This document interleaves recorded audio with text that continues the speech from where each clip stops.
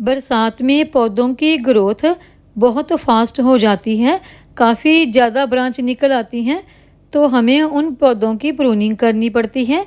तो प्रूनिंग के साथ साथ हम उन पौधों को अच्छी शेप भी दे सकते हैं।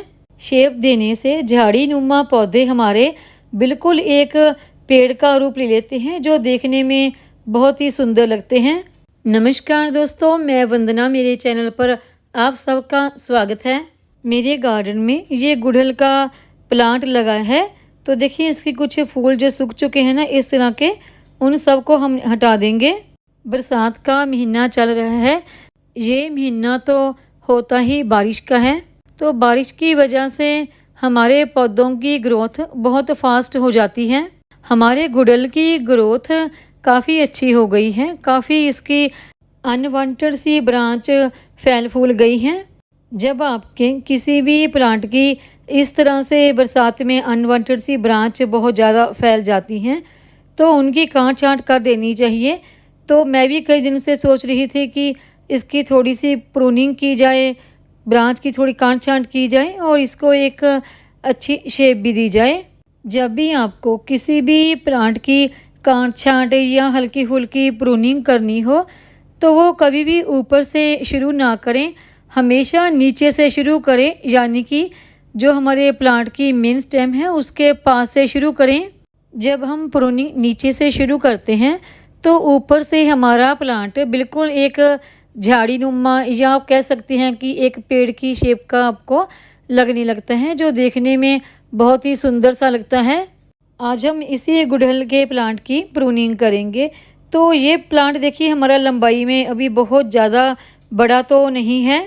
इस प्लांट की हमने जो प्रूनिंग करनी है वो इस तरह से करनी है कि प्रूनिंग के बाद जितनी भी इसकी बची हुई ब्रांच होंगी ना, वो बिल्कुल सीधी ऊपर की तरफ जाएंगी, तो तभी ये हमारा जो प्लांट है वो एक पेड़ की या फिर झाड़ी नुमा शेप ले लेगा। इसकी प्रूनिंग के लिए आप कोई भी कटर या फिर कैंची का इस्तेमाल कर सकते हैं। अगर आपके पास कटर वगैरह नहीं है तो जो कोई ब्लेड वगैरह आता है ना, आरी का छोटा सा, आप वो भी ले सकते हैं। और एक आप कोई रस्सी या फिर कोई डोरी वगैरह ज़रूर ले लें प्रूनिंग के बाद, इस प्लांट को बढ़िया शेप देने के लिए। गुड़हल के इस प्लांट की, जिसकी कि हमने आज प्रूनिंग करनी है, नीचे से इसकी कुछ ब्रांच की मैं पहले प्रूनिंग करके उनकी कटिंग लगा भी चुकी हूँ, और कुछ इसकी कटिंग मैं किसी को दे भी चुकी हूँ ग्रो करने के लिए। तो जो बाकी बची हैं ब्रांच, तो उनकी हम आज कटिंग कर लेंगे। किसी भी प्लांट की कटिंग करने के लिए बरसात का मौसम सबसे बेस्ट होता है, क्योंकि इस महीने में एक तो प्लांट की ग्रोथ बहुत ज़्यादा फास्ट हो जाती है, और दूसरा जो हम उसकी कटिंग लगाते हैं वो कटिंग भी बहुत जल्दी ग्रो हो जाती है।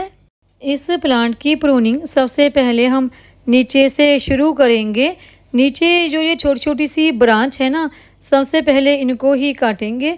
जो ब्रांच थोड़ी सी हार्ड है उसको हम कटर की हेल्प से काट लेंगे, और कुछ ब्रांच देखिए काफ़ी ज़्यादा सॉफ्ट भी होती हैं, तो जो ब्रांच सॉफ्ट है उनको हम हाथ से ही पकड़कर खींचकर तोड़ सकते हैं।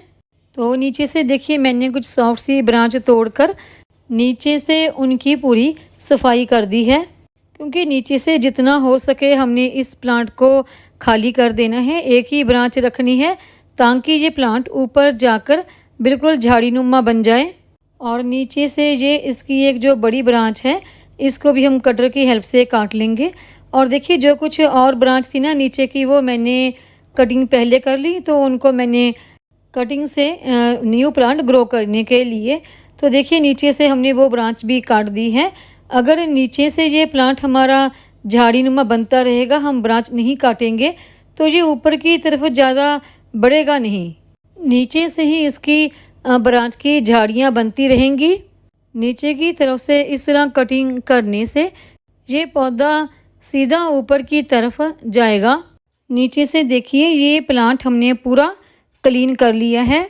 इस तरह की जो छोटी छोटी ब्रांच बच जाती हैं उनकी भी पूरी तरह से कटिंग कर लें।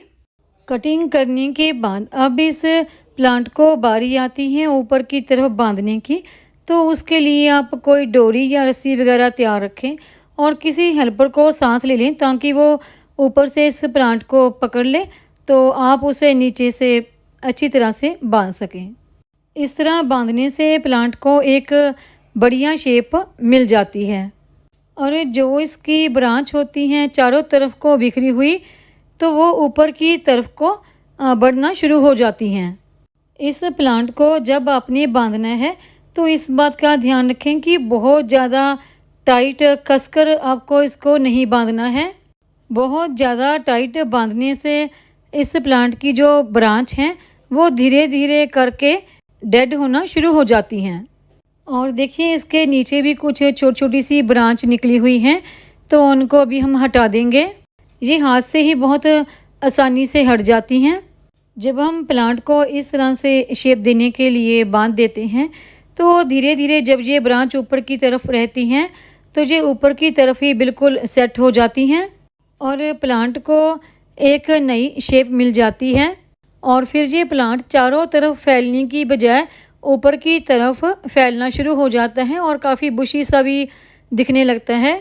और देखिए ये जो इस प्लांट की बहुत सारी ब्रांच कटिंग के द्वारा निकली हैं, इससे आप न्यू प्लांट भी ग्रो कर सकते हैं या फिर आप किसी को दे भी सकते हैं प्लांट ग्रो करने के लिए।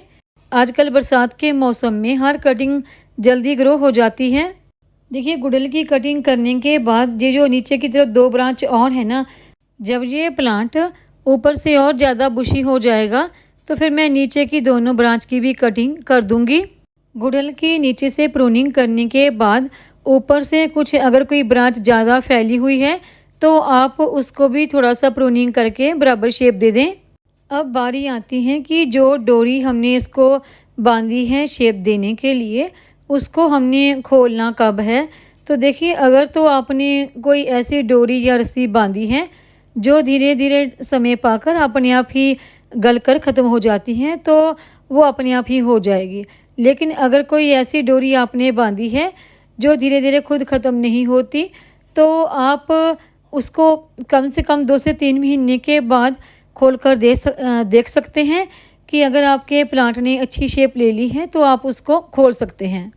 जितने भी आपके प्लांट हैं, चाहे वो फूलों वाले हों या फिर वो फ्रूट वाले हों, उन प्लांट को आप कम से कम नीचे से 2 फुट के आसपास बिल्कुल खाली छोड़ दें। कोई भी उसमें न्यू ब्रांच निकलती है तो आप उस न्यू ब्रांच को कटिंग कर दें। प्लांट को प्रूनिंग के बाद इस तरह शेप देने से प्लांट्स को फंगस लगने का डर नहीं होता, क्योंकि नीचे से जो मिट्टी है उसको डायरेक्ट सूरज की धूप लगती है, तो इससे मिट्टी में फंगस पैदा नहीं होता। और दूसरा, जब हम इस तरह नीचे से ब्रांच की कटिंग कर लेते हैं तो पौधे को डायरेक्ट हवा भी लगती है और धूप भी लगती है, जिससे हमारे प्लांट की ग्रोथ अच्छी होती है। जितने भी आपके परमानेंट प्लांट हैं उनको आप नीचे से इसी तरह से कटिंग करके ऊपर से बांधकर एक बढ़िया झाड़ीनुमा शेप दे सकते हैं। अगर आपको मेरी ये वीडियो पसंद आई हो तो वीडियो को लाइक करें, चैनल को सब्सक्राइब करें, शेयर करें, कमेंट करें, बेल आइकॉन को ज़रूर दबाएं ताकि मेरी आने वाली हर नई वीडियो का नोटिफिकेशन आपको मिल सके।